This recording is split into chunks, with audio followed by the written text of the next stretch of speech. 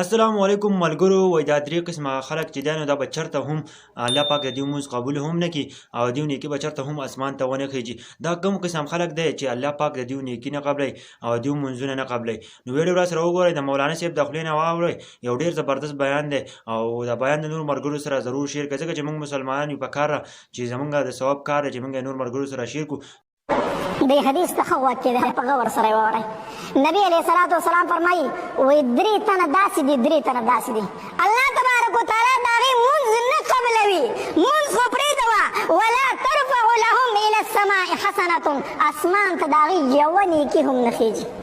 اسمان ته یوه نیکي، هر څومره نیکۍ چې کوي الله یې نه قبلوي. یو نمبر ایک نبی علیه الصلاة والسلام فرمایي العبد العابق، تښتېدلی غلام. غلام د مالک نه وتښتېدو که نه، تر څو پورې چې دی واپس نه دی راغلی او د خپل مالک په لاس کې لاس نه دی ایښی، الله د ده یو عبادت نه قبلوي.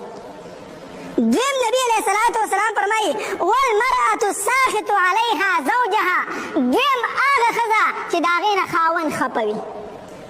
د کمې ښځې نه چې خاوند خفه وي، نبی علیه الصلاة والسلام فرمایي وایي نه یې مونځ قبلېږي او نه یې بل یو عبادت قبلېږي، تر دې پورې تر څو پورې چې خپل خاوند دې ښځې رضا کړی نه دی.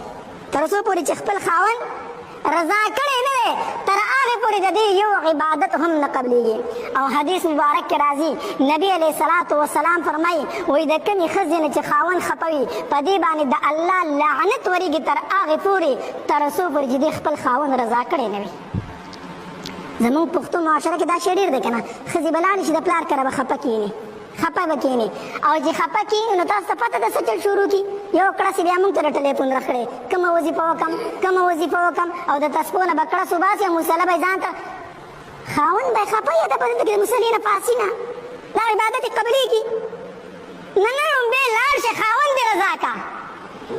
د کمې ښځې نه چې خاوند خفه وي، حدیث مبارک کې راځي نبی علیه الصلاة والسلام فرمایي وایي د کمې ښځې نه چې خاوند خفه شي، په دې باندې په اسمان کې فرشتې لعنت وایي، الله تبارک وتعالی پې لعنت وایي، والناس اجمعین، او تمام خلک پې لعنت وایي د کمې ښځې نه چې خاوند خفه وي.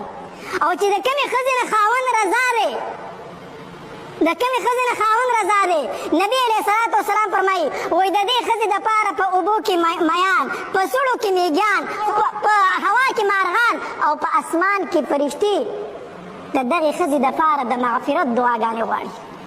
د کمې ښځې نه چې څوک رضا وي، خاوند رضا وي. او حدیث مبارک کې راځي وایي کومه ښځه چې مړه شوه او خاوند